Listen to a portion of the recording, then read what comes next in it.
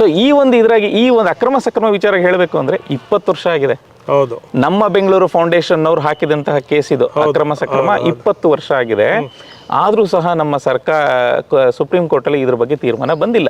ಅಷ್ಟೇ, ಅದನ್ನ ನೀವು ABE ಅಂತ ಹೇಳ್ಬಿಟ್ಟು ಜನರಿಗೆ ಕನ್ಫ್ಯೂಷನ್ ಅನ್ನ ಮಾಡಿಸಿ ಜನರಿಂದ ವಸೂಲಿ ಮಾಡುವಂತ ಕೆಲಸವನ್ನ ಸರ್ಕಾರ ಮಾಡ್ತಿದ್ಯಾ ಅನ್ನೋ ಪ್ರಶ್ನೆ ಪ್ರತಿಯೊಬ್ಬ ಮನೆ ಗ್ರಾಹಕರಲ್ಲಿ ಮೂಡ್ತಿದೆ ಪ್ರಮೋದ್ ಅವರೇ. ಈ ಹಿಂದೆ ಅಕ್ರಮ ಸಕ್ರಮ ಅಂತ ಹೇಳಿ ಒಂದು ಕೂಗಿತ್ತು. ಹೌದು, ಅದು ಕೆಲವೊಂದಿಷ್ಟು ಜನ ಕೇಸ್ ಹಾಕಿ ಸುಪ್ರೀಂ ಕೋರ್ಟ್ ಅಲ್ಲಿ ಇನ್ನೂ ನಡೀತಾ ಇದೆ. ಹೌದು, ನನಗೆಲ್ಲೋ ಒಂದ್ ಕಡೆ ಅನುಮಾನ, ಈಗಿನ ಏನು ಕಾಂಗ್ರೆಸ್ ಸರ್ಕಾರ ಅದೇ ಅಕ್ರಮ ಸಕ್ರಮನ ಎಲ್ಲೋ ತಿರುಚಿ ಇದನ್ನ B ಖಾತಾನ A ಖಾತಾ ಮಾಡೋದಕ್ಕೆ ಹೊಂಟಿದ್ದಾರೆ, ಅದರಿಂದ ದುಡ್ಡನ್ನ ವಸೂಲಿ ಮಾಡ್ತಿದ್ದಾರೆ ಜನರಿಂದ ಅನ್ನೋದು ನನ್ನ ಅನುಮಾನ. ಇದ್ರ ಬಗ್ಗೆ ತಾವೇನು ಹೇಳ್ತೀರಾ?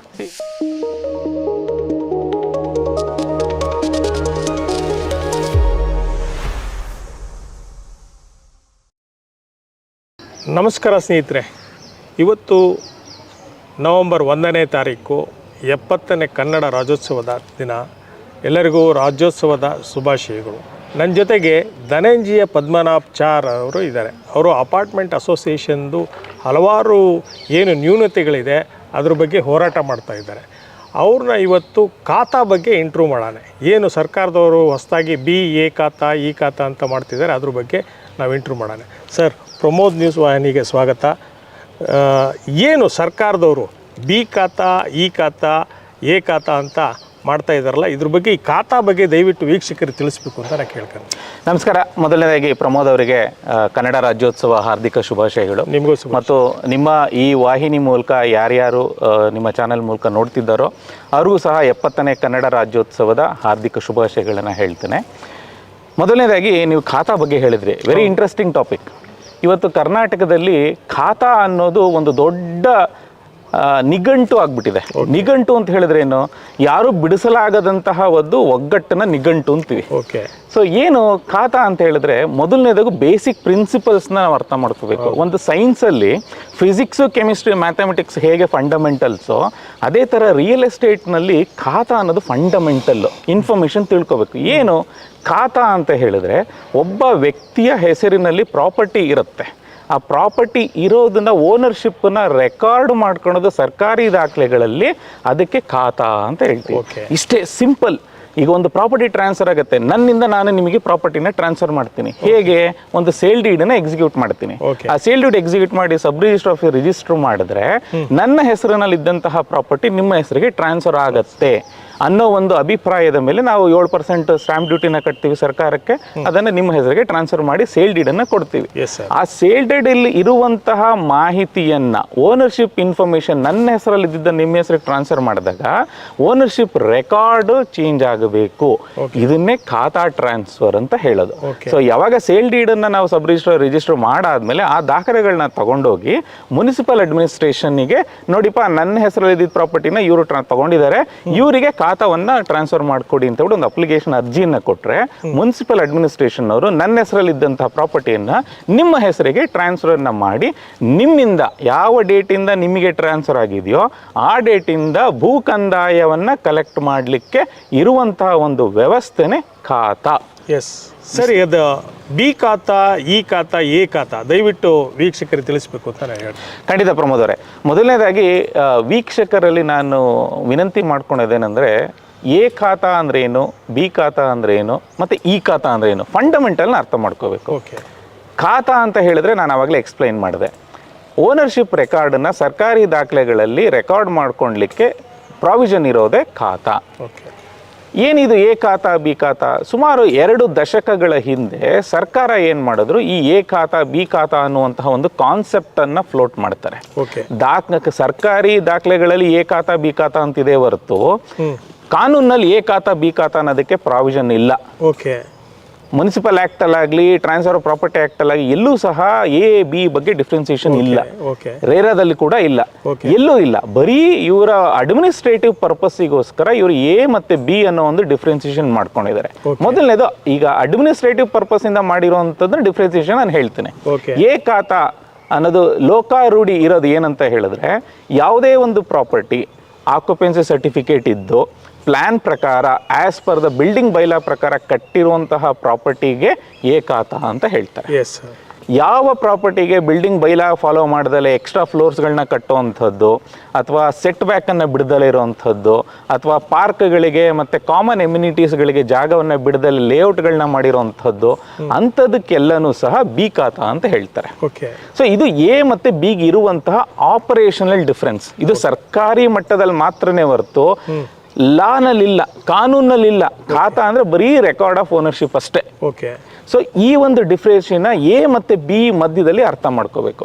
2024 ಸೆಪ್ಟೆಂಬರ್ ಅಲ್ಲಿ ಸರ್ಕಾರ ಒಂದು ಮಹತ್ವರವಾದಂತಹ ಒಂದು ನಿರ್ಧಾರವನ್ನು ತಗೊಳುತ್ತೆ.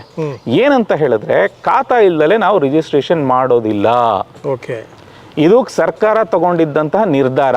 ಆದ್ರೆ ಇದ್ರ ಬಗ್ಗೆ 2013 ಒಂದು ರಾಜ್ಯ ಪತ್ರ ಇದೆ. ಒಂದು ರಿಜಿಸ್ಟ್ರೇಷನ್ ಆಗ್ಬೇಕಾದ್ರೆ ಆಕ್ಯುಪೆನ್ಸಿ ಸರ್ಟಿಫಿಕೇಟ್ ನ ಚೆಕ್ ಮಾಡಿ, ಆಮೇಲೆ ಖಾತಾನ ಚೆಕ್ ಮಾಡಿ ಅಂತ ಹೇಳ್ಬಿಟ್ಟು ಒಂದು ಗೈಡ್ಲೈನ್ಸ್ ಕೂಡ ಇದೆ.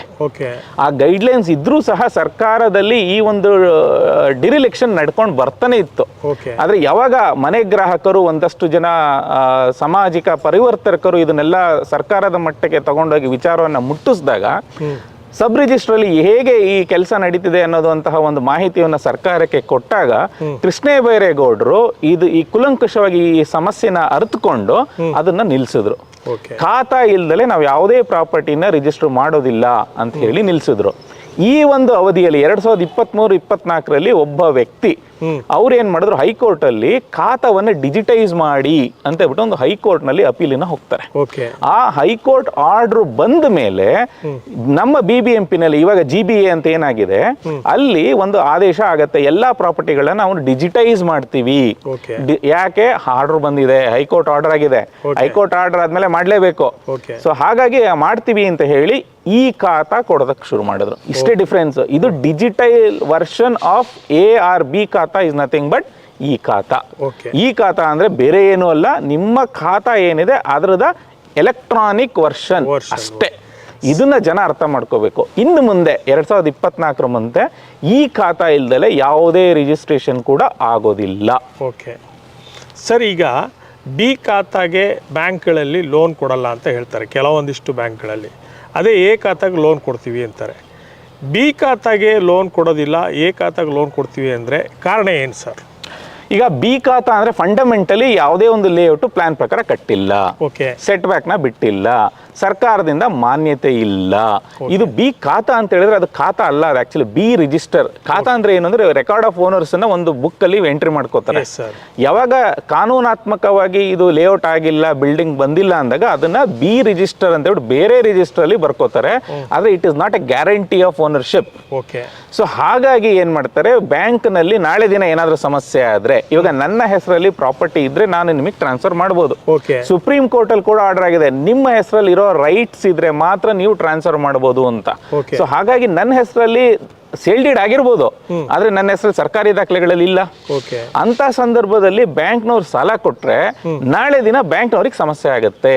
ಆ ಕಾರಣದಿಂದ ಬಿ ಖಾತಾ ಪ್ರಾಪರ್ಟಿಗಳೇನಿದೆ ಆ ಪ್ರಾಪರ್ಟಿಗಳಿಗೆ ಬ್ಯಾಂಕ್ಗಳಲ್ಲಿ ಸಾಲವನ್ನ ನಿಲ್ಸಿದ್ರು. ಎಲ್ಲಿ? ಸರ್ಕಾರಿ ಬ್ಯಾಂಕ್ಗಳಲ್ಲಿ, ಕೆಲವೊಂದು ಪ್ರೈವೇಟ್ ಬ್ಯಾಂಕ್ಗಳಲ್ಲಿ, ಕೆಲವೊಂದು ಸೆಕ್ಟರ್ಗಳಲ್ಲಿ ಸಿಗುತ್ತೆ, ಕೋಆಪರೇಟಿವ್ ಬ್ಯಾಂಕ್ಗಳಲ್ಲಿ ಈಗಲೂ ಸಿಗುತ್ತೆ.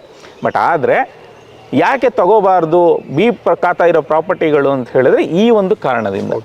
ಈಗ KMC ಆ್ಯಕ್ಟ್ ಪ್ರಕಾರ OC/CC ಇದ್ರೆ ಮಾತ್ರ ಅದಕ್ಕೆ ಎಲೆಕ್ಟ್ರಿಸಿಟಿ ಕನೆಕ್ಷನ್, ವಾಟರ್ ಕನೆಕ್ಷನ್ ಕೊಡಬೇಕು ಅಂತ ಹೇಳ್ತಾರೆ, ಸಿವೇಜ್ ಕನೆಕ್ಷನ್ ಕೂಡ ಎಲ್ಲಾದವರು. ಹಾಗಿದ್ದಲ್ಲಿ ಈಗ ಏಕಾಏಕಿ ಮೊನ್ನೆ DCM ಅವರು, ಕಾಂಗ್ರೆಸ್ಸಿನ DCM ಅವರು ಈ OC/CC ಅವಶ್ಯಕತೆ ಎಲ್ಲ ಅಪ್ ಟು 30-40 ಅಂತ ಹೇಳ್ತಿದ್ದಾರೆ. KMC ಆ್ಯಕ್ಟ್ಗೂ ಇದಕ್ಕೂ ಎಲ್ಲೋ ಒಂದ್ ಕಡೆ ಕಾಕತಾಳೀಯ ನಂಗೆ ವಿರೋಧ ಇದೆ. ಇದ್ರ ಬಗ್ಗೆ ತಾವೇನು ಹೇಳ್ತೀರಾ? ಖಂಡಿತ. ರೀಸೆಂಟ್ ಆಗಿ ಸುಪ್ರೀಂ ಕೋರ್ಟ್ 1, 2, 3 ಕೇಸ್ಗಳಲ್ಲಿ ಈ ಆಕ್ಯುಪೆನ್ಸಿ ಸರ್ಟಿಫಿಕೇಟ್ಗೆ ಮಹತ್ವದ ತೀರ್ಮಾನ ಕೊಟ್ಟಿದ್ದಾರೆ. ಏನು ಆಕ್ಯುಪೆನ್ಸಿ ಸರ್ಟಿಫಿಕೇಟ್ ಅಂದ್ರೆ ಸರ್ಕಾರದಿಂದ ಒಂದು ಮಾನ್ಯತೆ, ಈ ಒಂದು ಬಿಲ್ಡಿಂಗು ಅಥವಾ ಈ ಒಂದು ಲೇಔಟ್ ಅಲ್ಲಿ ಜನ ವಾಸ ಮಾಡಲಿಕ್ಕೆ ಯೋಗ್ಯ ಅನ್ನುವಂತಹ ಒಂದು ಸರ್ಟಿಫಿಕೇಟ್ ಆಕ್ಯುಪೆನ್ಸಿ ಸರ್ಟಿಫಿಕೇಟ್. ಅದು ಇಲ್ಲ ಅಂತ ಹೇಳಿದ್ರೆ ನಾಳೆ ದಿನ ಸರ್ಕಾರದಿಂದ ಯಾವುದೇ ಒಂದು ಸಮಸ್ಯೆಗಳು ಬರುವಂತ ಪರಿಸ್ಥಿತಿ ಇದ್ರೆ ಸರ್ಕಾರ ಜವಾಬ್ದಾರಿ ತಗೊಳೋದಿಲ್ಲ. ಯಾಕಂದ್ರೆ ನಾನು ನಿಮಗೆ ಅಪ್ರೂವಲೇ ಕೊಟ್ಟಿಲ್ಲ, ಈ ಒಂದು ಬಿಲ್ಡಿಂಗ್ ನೀವು ನೋಡ್ಬೋದು, ಈ ಒಂದು ಬಿಲ್ಡಿಂಗ್ ನಲ್ಲಿ ನಾನು ವಾಸ ಇದ್ದೀನಿ ಅಂತಂದ್ರೆ ಸರ್ಕಾರದಿಂದ ಆಕ್ಯುಪೆನ್ಸಿ ಸರ್ಟಿಫಿಕೇಟ್ ಇರಬೇಕು. ಅವಾಗ ಏನಾಗುತ್ತೆ, ಸರ್ಕಾರದಿಂದ ನಾವು ಮಾನ್ಯತೆ ಪಡೆದಂತ ಬಿಲ್ಡಿಂಗ್ ನಲ್ಲಿ ವಾಸ ಇರ್ತೇವೆ. ನಾಳೆ ಏನೋ ಸಮಸ್ಯೆ ಆಯ್ತು, ಅವಾಗ ನಮಗೆ ಕವರೇಜ್ ಸಿಗುತ್ತೆ. ಓಕೆ. ಈ ಒಂದು ಕಾರಣಕ್ಕೆ ಆಕ್ಯುಪೆನ್ಸಿ ಸರ್ಟಿಫಿಕೇಟ್ ಇರೋ ಒಂದು ಬಿಲ್ಡಿಂಗ್ಗಳಲ್ಲಿ ವಾಸ ಮಾಡಬೇಕು. ಮತ್ತೆ ಸುಪ್ರೀಂ ಕೋರ್ಟ್ ಆರ್ಡರ್ ಹೇಳಿರೋ ಪ್ರಕಾರ ನೀರು ಕೊಡಬೇಡಿ, ಓಸಿ ಇಲ್ವಾ ನೀರು ಕೊಡಬೇಡಿ, ಕರೆಂಟ್ ಕೊಡಬೇಡಿ, ಸಿವರೇಜ್ ಕನೆಕ್ಷನ್ ಕೊಡಬೇಡಿ ಅಂತ ಹೇಳಿದ್ದಾರೆ.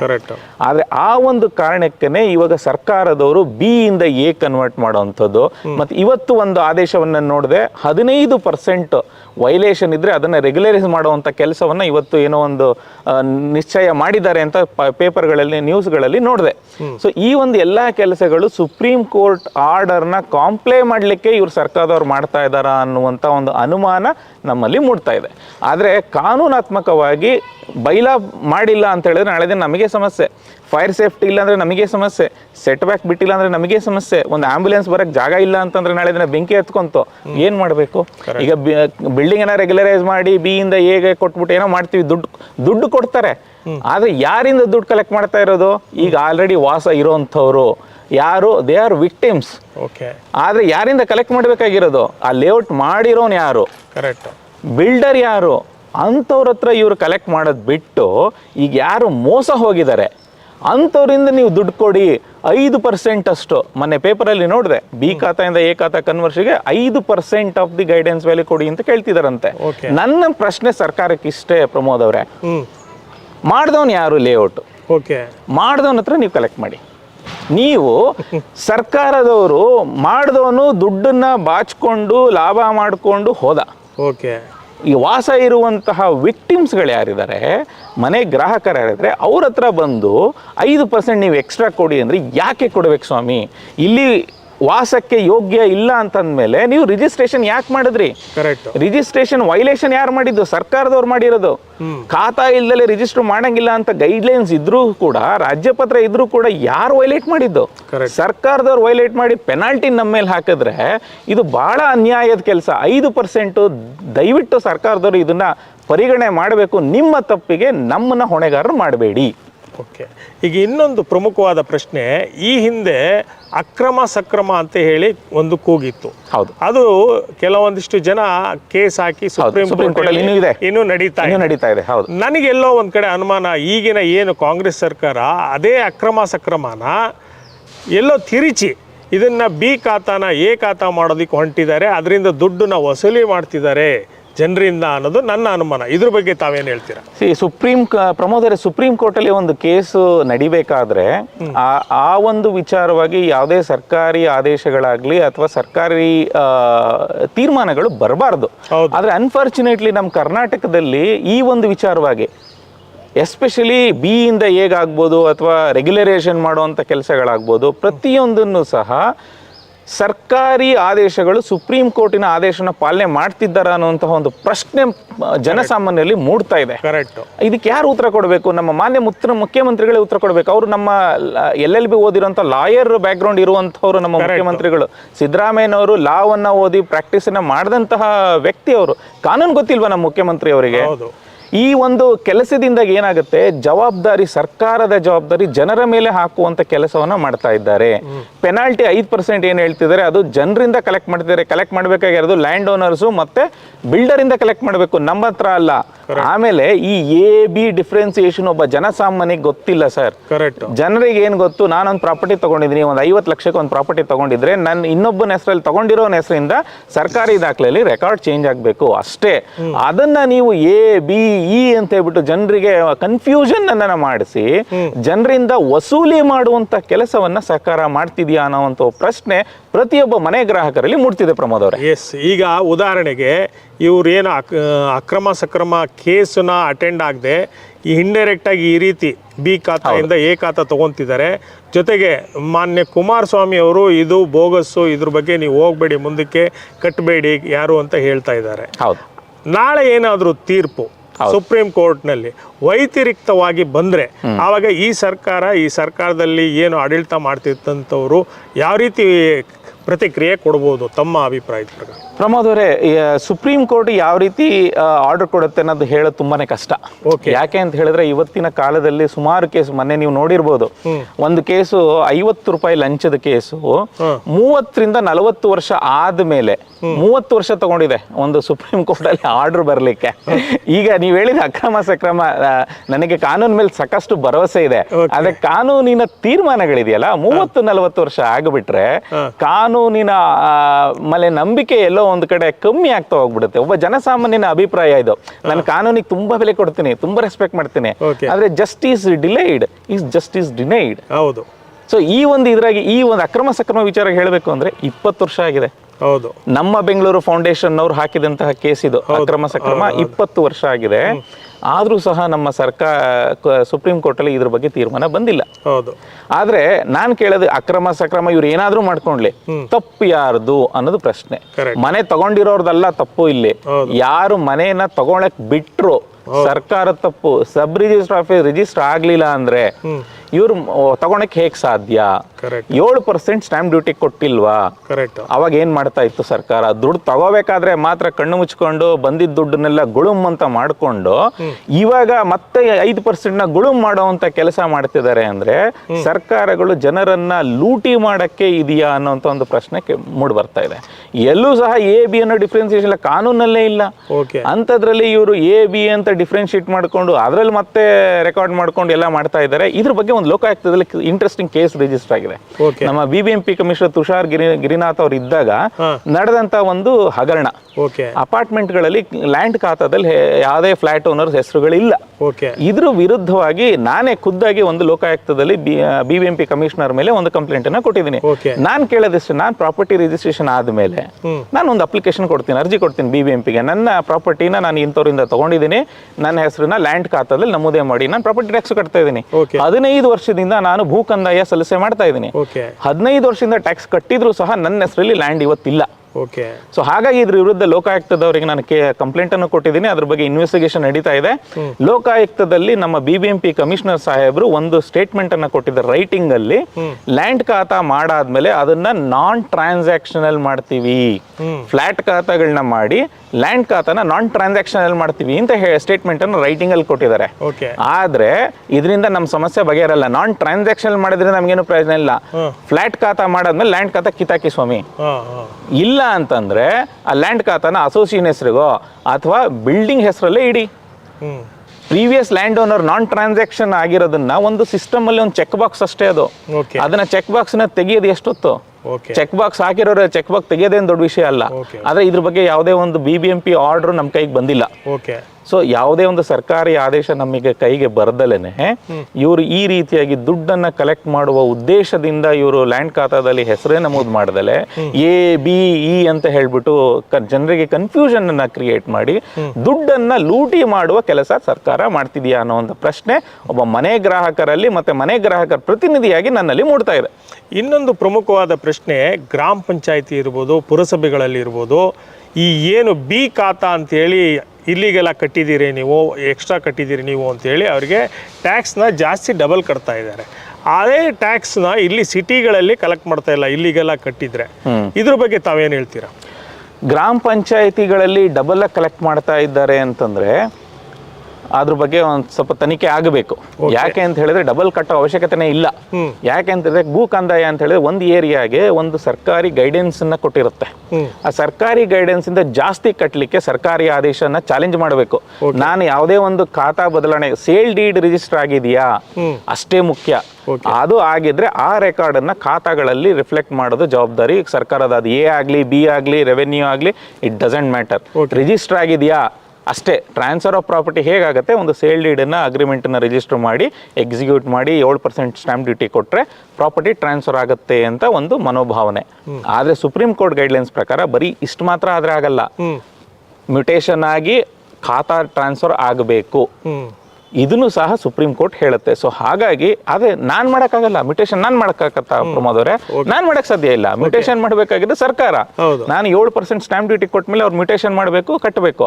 ಅದೇ ಯಾರಿಗೆ ಡಬಲ್ ಟ್ಯಾಕ್ಸ್ ಆಗ್ತಾ ಇದ್ದಾರೆ ಅವ್ರಿಗೆ ನಾನು ಒಂದು ಮನವರಿಕೆ ಮಾಡ್ಕೊ, ದಯವಿಟ್ಟು ಆ ಆರ್ಡರ್ನ ಹೈಕೋರ್ಟ್ಗಳಲ್ಲಿ ಚಾಲೆಂಜ್ ಮಾಡಿ. ಯಾಕೆ ಅಂದ್ರೆ ಇದು ಪ್ರಾವಿಷನ್ ಇಲ್ಲ. ಕೊನೆಯದಾಗಿ ವೀಕ್ಷಕರಿಗೆ ತಾವು ಈ ಖಾತಾ ಬಗ್ಗೆ ಏನು ಹೇಳಲಿಕ್ಕೆ ಇಷ್ಟಪಡ್ತೀರಿ? ಬ್ರೀಫಾಗಿ ಹೇಳಿ ಸರ್. ಪ್ರಮೋದರೇ ಮತ್ತು ಈ ಚಾನಲಲ್ಲಿ ವೀಕ್ಷಣೆ ಮಾಡಿದಂಥ ಎಲ್ಲ ವೀಕ್ಷಕರು ನಾನು ಹೇಳೋದಿಷ್ಟೇ, ಖಾತಾ ಅಂತ ಹೇಳಿದ್ರೆ ರೆಕಾರ್ಡ್ ಆಫ್ ಓನರ್ಶಿಪ್. ಒಬ್ಬ ವ್ಯಕ್ತಿ ಪ್ರಾಪರ್ಟಿಯನ್ನು ಖರೀದಿ ಮಾಡಿದಾಗ ಆ ಖರೀದಿ ಯಾರಿಂದ ಮಾಡಿರ್ತಾರೋ ಅವರ ಹೆಸರಲ್ಲಿ ಇರುವಂತಹ ದಾಖಲೆಗಳನ್ನು ಮಾರ್ಪಾಟು ಮಾಡಿ ನನ್ನ ಹೆಸರಿಗೆ ಅದನ್ನು ಬರೆಸ್ಕೊಳೋ ಅಂಥ ಪ್ರೋಸೆಸ್ ಈಸ್ ಖಾತಾ. ಆ ಖಾತಾ ಟ್ರಾನ್ಸ್ಫರ್ ಮಾಡೋದಕ್ಕೆ ಸರ್ಕಾರಗಳಿಗೆ ಹೆಚ್ಚಾಗಿ ಕೊಡೋ ಅವಶ್ಯಕತೆ ಇಲ್ಲ. ಇದನ್ನು ದಯವಿಟ್ಟು ತಾವು ಲೋಕಾಯುಕ್ತದಲ್ಲಿ ಪ್ರಶ್ನೆ ಮಾಡಿ, ಹೈಕೋರ್ಟ್ಗಳಲ್ಲಿ ಪ್ರಶ್ನೆ ಮಾಡಿ, ಕಾನೂನಿನಲ್ಲಿ ಇಲ್ಲದಲೇ ಇರುವಂತಹ ಪ್ರಾವಿಷನ್ನ ಇಟ್ಕೊಂಡು ಸರ್ಕಾರದವರು ಇವತ್ತು ಹಣವನ್ನು ಲೂಟಿ ಮಾಡಲಿಕ್ಕೆ ಇಳಿದಿದ್ದಾರೆ. ಇದಕ್ಕೆ ಮುಖ್ಯ ಕಾರಣ ಯಾರು ಅಂತ ಹೇಳಿದ್ರೆ ಜನಗಳೇ. ಯಾಕೆಂದರೆ ಜನಗಳು ಎಲ್ಲಿವರೆಗೂ ಸೈಲೆಂಟಾಗಿ ಸರ್ಕಾರ ಮಾಡೋ ಎಲ್ಲ ಕೆಲಸಗಳಿಗೂ ತಲೆ ಬಾಗಿಸ್ತಾ ಕೂತಿರ್ತಾರೋ ಅಲ್ಲಿವರೆಗೂ ನಮ್ಮನ್ನು ಆಳುವಂತಹ ಯಾರು ಹಿಂದಿನ ಕಾಲದಲ್ಲಿ ಬ್ರಿಟಿಷರಾಗಿರ್ಬೋದು, ರಾಜರಾಗಿರ್ಬೋದು, ಅವಾಗ ನಾವು ಪ್ರಶ್ನೆ ಮಾಡೋ ಅಧಿಕಾರ ಇರಲಿಲ್ಲ ನಮಗೆ. ಆದರೆ ಇವತ್ತು ನಾವು ಪ್ರಜಾಪ್ರಭುತ್ವ ವ್ಯವಸ್ಥೆಯಲ್ಲಿದ್ದೇವೆ. ಸರ್ಕಾರವನ್ನು ಪ್ರಶ್ನೆ ಮಾಡುವ ಹಕ್ಕು ಪ್ರತಿಯೊಬ್ಬರಿಗೂ ಇದೆ. ತಾವು ದಯವಿಟ್ಟು ಹೈಕೋರ್ಟ್ಗಳಲ್ಲಾಗ್ಬೋದು ಅಥವಾ ಲೋಕಾಯುಕ್ತದಲ್ಲಿ ಇದರ ಬಗ್ಗೆ ಕಂಪ್ಲೇಂಟನ್ನು ರಿಜಿಸ್ಟರ್ ಮಾಡಿ, ಕೇಸನ್ನು ಹಾಕಿ, BBMP ಯಾರು ನಿಮಗೆ ನೋಟಿಸನ್ನು ಕೊಟ್ಟು ಡಬಲ್ ಟ್ಯಾಕ್ಸ್ ಕಲೆಕ್ಟ್ ಮಾಡ್ತಿದ್ದಾರೆ ಅಥವಾ 5% ಕೇಳ್ತಾ ಇದ್ದಾರೆ ಅವರ ವಿರುದ್ಧ ಕೇಸ್ಗಳನ್ನು ರಿಜಿಸ್ಟರ್ ಮಾಡಿ ಈ ಹೋರಾಟವನ್ನು ಮುಂಚೂಣಿಗೆ ತರಬೇಕು ಅಂತ ಹೇಳ್ತಾ ನಾನು ಈ 2 ಮಾತನ್ನು ಮುಗಿಸ್ತಾ ಇದ್ದೇನೆ. ನಾವು ಕರ್ನಾಟಕ ಹೋಮ್ ಬಯರ್ಸ್ ಪರವಾಗಿ ಆಲ್ರೆಡಿ ಕೇಸನ್ನು ರಿಜಿಸ್ಟರ್ ಮಾಡಿದ್ದೇವೆ ಲೋಕಾಯುಕ್ತದಲ್ಲಿ. ಇನ್ವೆಸ್ಟಿಗೇಷನ್ ನಡೀತಾ ಇದೆ. ಆ ಇನ್ವೆಸ್ಟಿಗೇಷನ್ ನಡೆದಾದ್ಮೇಲೆ ಏನು ಫಲಿತಾಂಶ ಬರುತ್ತೋ ಅದ್ರ ಬೇಸಿಸ್ ಮೇಲೆ ಮುಂದಿನ ಕ್ರಮವನ್ನು ನಾವು ತಗೊಳ್ತೇವೆ. ಮನೆ ಗ್ರಾಹಕರ ಪರವಾಗಿ ಎಸ್ಪೆಷಲಿ ಅಪಾರ್ಟ್ಮೆಂಟ್ ಅಸೋಸಿಯೇಷನ್ ಏನು ಲ್ಯಾಂಡಿನ ರೈಟ್ಸ್ ಪ್ರೊಟೆಕ್ಷನ್ ಅದ್ರ ಬಗ್ಗೆ ನಾವು ಹೋರಾಟವನ್ನು ಮಾಡ್ತಾ ಇದ್ದೇವೆ. ನಮ್ಮ ಹೋರಾಟ ನಿರಂತರವಾಗಿರುತ್ತೆ. ಆದರೆ ತಾವು ಸಹ ಈ ಹೋರಾಟದಲ್ಲಿ ಭಾಗಿಯಾಗಿ ಇಂಡಿವಿಜುವಲ್ ಆಗಿ ನಿಮ್ಮ ಪ್ರಾಪರ್ಟಿಗೆ ತಾವು ಲೋಕಾಯುಕ್ತದಲ್ಲಿ ಮತ್ತು ಹೈಕೋರ್ಟಲ್ಲಿ ಕೇಸನ್ನು ರಿಜಿಸ್ಟರ್ ಮಾಡಿದ್ರೆ ಮಾತ್ರ ಇದಕ್ಕೆ 5% ಉಳಿಸಬಹುದೇ ಹೊರತು ಇಲ್ಲ ಅಂತ ಹೇಳಿದ್ರೆ ಈ ಸರ್ಕಾರಿ ವ್ಯವಸ್ಥೆನಲ್ಲಿ ಲೂಟಿ ಮಾಡಿಸ್ಕೊಳೋರು ಆಗ್ತಿವೆ ಹೊರತು ನಮ್ಮ ಪ್ರೊಟೆಕ್ಷನ್ಗೆ ಯಾರೂ ಬರೋದಿಲ್ಲ ಅನ್ನೋ ಒಂದು ಮಾತನ್ನು ಹೇಳ್ತೇನೆ. ಧನ್ಯವಾದಗಳು. ಧನಂಜಯ ಪದ್ಮನಾಭಾಚಾರ್, ಕರ್ನಾಟಕ ಮನೆ ಗ್ರಾಹಕರ ವೇದಿಕೆ. ನಮ್ಮ ವಾಹಿನಿಗೆ ನೀವು ಸಂದರ್ಶನ ಕೊಟ್ಟಿದ್ದಕ್ಕೆ ಧನ್ಯವಾದಗಳು. ಧನ್ಯವಾದಗಳು ಪ್ರಮೋದ್ ಅವರೇ.